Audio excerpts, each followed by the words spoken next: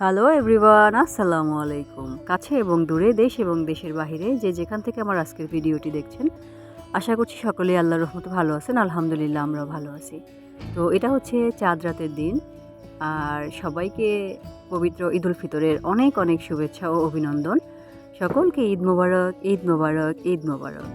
এখানে বাবুর নানা এসেছিল, নানু এসেছিল। আজকে শেষ রোজা ছিল।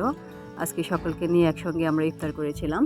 তো এখানে বাবুর দাদা, নানা দুইজনে মিলে নাতিকে নিয়ে খুব ফুর্তি করছিল। আর বাবুর আম্মু ওই যে পিছনে কাজ করছে, আর আম্মু পিছনে হাঁটাহাঁটি করতেছে। আগে থেকে আম্মু আল্লাহর রহমতে অনেকটাই সুস্থ। তো ভাবলাম আমার ভিডিওটি আজকে এখান থেকেই শুরু করি।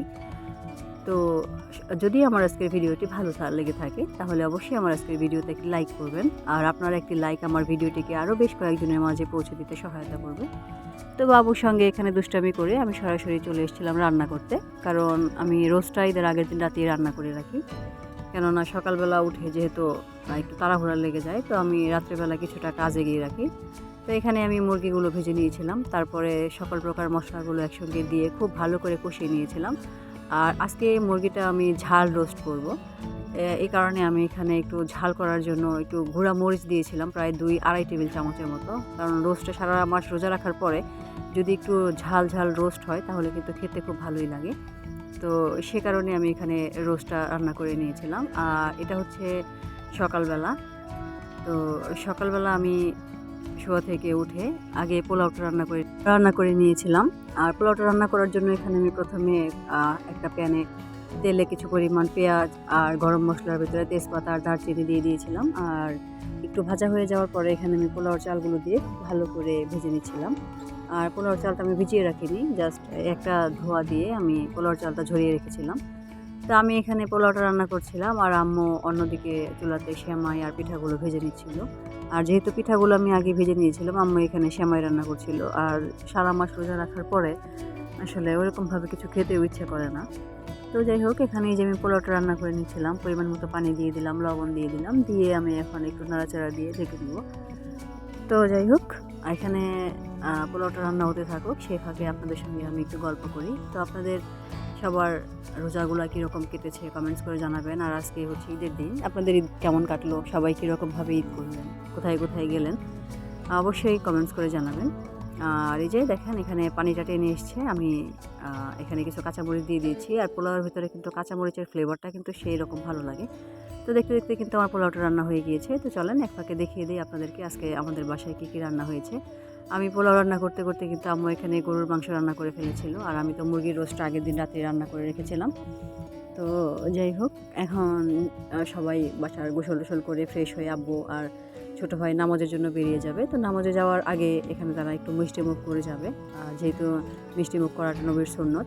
তো এই যে দেখেন আমার পোলাওটা রান্নাও হয়ে গিয়েছে, কি সুন্দর ঝরঝরে পোলাও। তো আমি একদিন আপনাদের সঙ্গে এই ঝরঝরে সাদা পোলাও রান্নার রেসিপিটি শেয়ার করব, যদি আপনারা কেউ চান। তো এই যে দেখতে দেখতে কিন্তু আমার রান্নাগুলো সব কমপ্লিট। এই ফাঁকে আমি বাবুকেও গোসল করিয়ে নিয়েছিলাম। আম্মু গোসল করে ফেলেছে, আব্বু গোসল করে ফেলেছে। আর দেখেন বাবুর ফুপি যে জুব্বাটা দিয়েছিল, সৌদি থেকে হজ করতে গিয়ে যে দিয়েছিল, সেই জুব্বাটা পরিয়ে বাবুর ফুপিকে দেখিয়ে দিয়েছিলাম। আর বাবু তো এখানে খুব খুশি, মাশাল্লাহ মাশাল্লাহ। দেখেন আমার সোনা বাচ্চাটাকে কত সুন্দর লাগছে।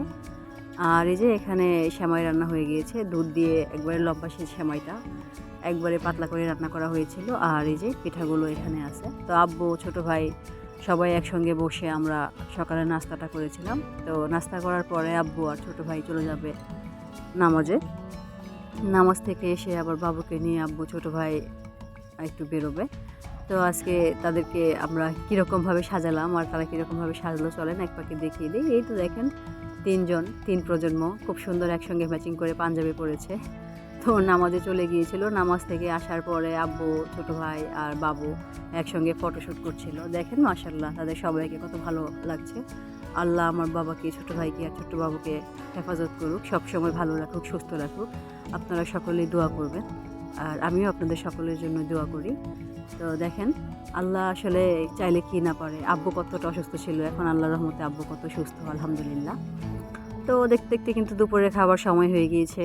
আর সেই দুপুরের খাবারে কি ছিল এক ঝলক আপনাদেরকে দেখিয়ে দিই। এখানে ছিল সাদা পোলাও। আর পোলাওটা ঈদের দিন না হলে কিন্তু চলেই না। আর আমার ছোটো ভাই আর আম্মু খুব বেশি পছন্দ করে পোলাও। তো আম্মু তো এবার পোলাও একটু কম খাবে, আর খাওয়া যেহেতু নিষেধ। আর সেই সঙ্গে এখানে ছিল মুরগির ঝাল রোস্ট। রোস্টের কালারটা দেখেন কত সুন্দর হয়েছে, ঝাল ঝাল একেবারে আর লাল টুকটুকে। তো ঝাল রোস্টটা কিন্তু খেতে খুব ভালো লাগে। মিষ্টি রোস্টটা আমার কাছে ভালো লাগে না, কার কাছে কেমন লাগে জানি না, তবে ঝাল রোস্টটা আমার কাছে খুব ভালো লাগে। আর এই ঝাল রোস্টটা আমি মুরগির পিসগুলো একটু ছোটো করেই করেছি, দেখতে যেন ভালো লাগে, খেতেও ভালো লাগে। আর এখানে ছিল আলু দিয়ে গরুর মাংস দিয়ে একটু ঝোল রান্না, আর ছিল হচ্ছে সেই সঙ্গে গরুর মাংস ভুনা। তো দেখতে দেখতে কিন্তু দুপুরে খাওয়া দাওয়ার পর্বগুলো আমরা সেরেই নিয়েছিলাম সকলেই, আলহামদুলিল্লাহ। 1 মাস রোজা রাখার পরে আল্লাহ তৌফিকে যা রেখেছে সেটা দিয়ে খুব ভালোভাবে আমাদের ঈদ আজকে পালন হয়ে গেল।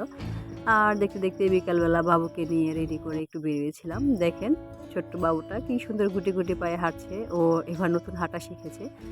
তো হাঁটে না, তো শুধু দৌড়ায়, দেখা যায় হাঁটতে নিলেই শুধু দৌড়ায় আর ধুপুস থাপুস করে পড়তে থাকে। তো এতক্ষণ যারা ধৈর্য ধরে কষ্ট করে আমার ভিডিওটি দেখেছেন, যদি আমার আজকের ভিডিওটি আপনাদের ভালো লাগে তাহলে অবশ্যই একটি লাইক করবেন।